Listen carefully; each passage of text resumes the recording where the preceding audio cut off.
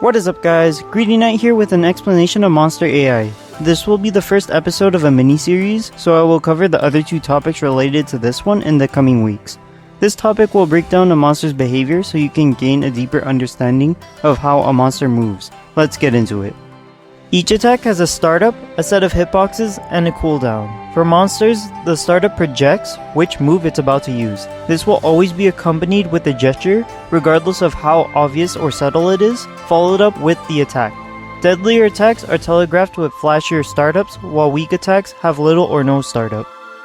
Hitboxes have a duration for their effective hitting range. If at any point a hitbox intersects with your squishy hunter, you take damage based on your defense and elemental resistances. Hitboxes are aligned with the shape of a given attack, be it projectile or a monster's body part, meaning there should be few invisible hitboxes, unlike in past games.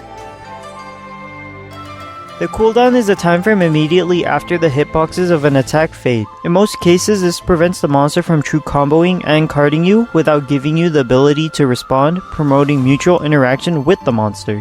This restriction forces the monster to rest for X amount of time before it can attack again, be it 1 second or 5. It helps to think of Monster Hunter as a real-time turn-based game where you do an action, the monster responds, then you respond, looping until either you card 3 times or the monster is defeated. There are 3 areas a monster will respond to: close range, mid-range, and long range, changing its attack patterns as you change your distance. Close range is within Blade Master distance. The monster will use moves like swipes, bites, slams, or body checks. For beginners, the safest area to stay during the hunt is by the feet, since moves other than body check can't really hit you. Mid-range is where a gunner would stay during a hunt, which is about 2 evade links away from the monster. It will use disjointed attacks like tail slams and projectiles, or commit to charges. This is a sweet spot to stay if you want to head snipe or counter, since you will have plenty of time to see the attack coming and respond to it. Long range is beyond 2 evade links away. The monster will exclusively use charge attacks and projectiles. You won't be doing any damage as a Blade Master and minimal damage as a gunner. The only times you should be in this range is to heal or if the monster is rushing your teammates instead of you. When a monster is enraged or enters an enhanced state, it will move faster, hit harder, and use improved versions of moves on top of their base moveset. They will gain a move capable of carding you in one hit with rank appropriate armor. In some cases, monsters will gain frame trapping attacks capable of dishing out multi-hits that will cart you when a single frame connects.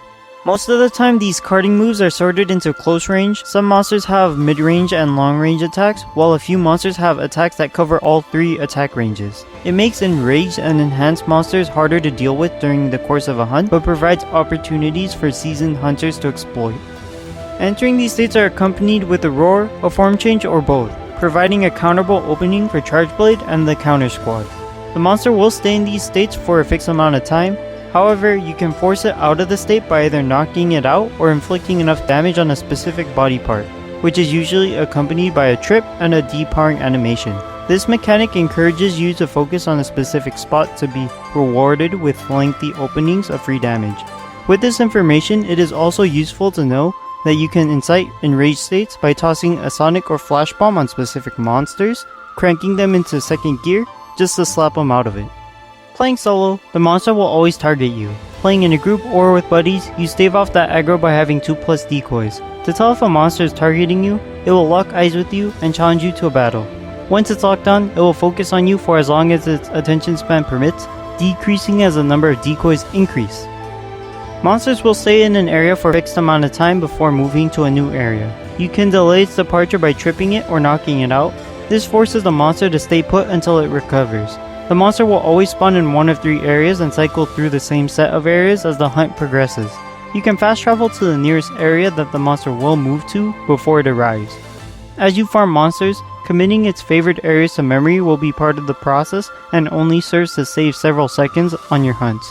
Alternatively, there's a dotted line indicator on the map to help you track the monster en route to the new area. This is the first of 3 videos, so I will work on the damage guide and weapon matchup guides after this one. Like if you learned something or if this video ended up helping you.